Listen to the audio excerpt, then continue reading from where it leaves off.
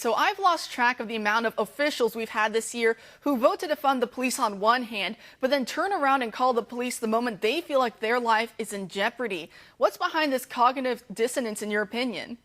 Well, they're theoretically they're utopics, but they're dystopics. They live in a bizarre dystopic world. I think when you saw what was happening in Seattle this summer, when they created this Chaz zone, this autonomous zone, and then they realized they weren't going to be able to get funding from the city or from the county, they changed it to CHOP, the occupied protest zone. These people live in La La Land, as you and I both know, but they're really, the sad part is they are Marxists. They are Marxists who really want to, under the guise of defunding the police, they want to break down law and order, and they want to eventually establish a new police force, whether it be in the style of the Stalinists of the Soviet Union or the Gestapo of Nazi Germany, where they can in turn dictate their mandates upon the American people. And Don't be fooled by them. Exactly. And talk to me more about mob rule, since you've written extensively about it, because when we look at Herbold, just for example, just last year when she was running for election, she was running on actually increasing funding for the police. She wanted more police on the streets. But the moment these George Floyd riots broke out earlier this year and the mob came out, all of a sudden, next thing you know, she's like, okay, let's start defunding the police. Now, it looks on the surface like these organizations are harmless, but the fact of the matter is they're profoundly intimidating. They're intimidating upon the Democratic political party, the Democratic political leadership, but they're also intimidating within the world of academia and within the corporate world. The corporate world has literally given millions and billions of dollars to Black Lives Matter. And I think we need to recognize and understand that Black Lives Matter is a Marxist organization through and through.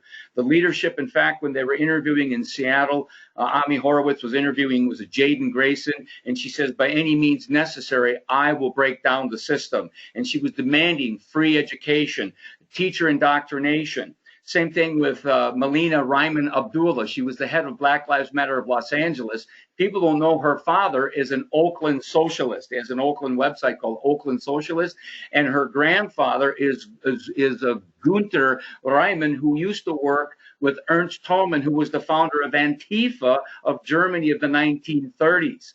People don't go behind the curtain and see what's going on. I mean, Patricia Collars, Elisa Garcia, Opal Tometi, they're all self-proclaimed Marxists. Their hero is the Marxist Anджела Дэвис of Black Panther infamy.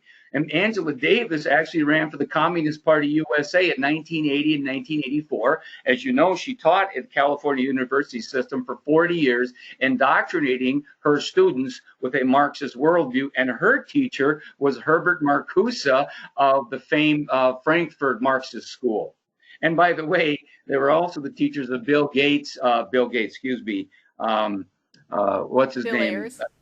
Bill Ayers and Bernardine Dohrn of that time frame.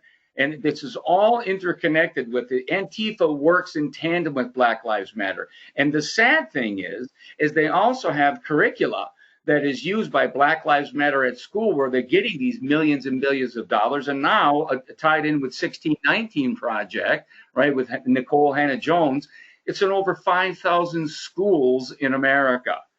So it's in the streets, it's in the classrooms, and it's unfortunately, it's even permeated with communist spies in Congress right now as we speak.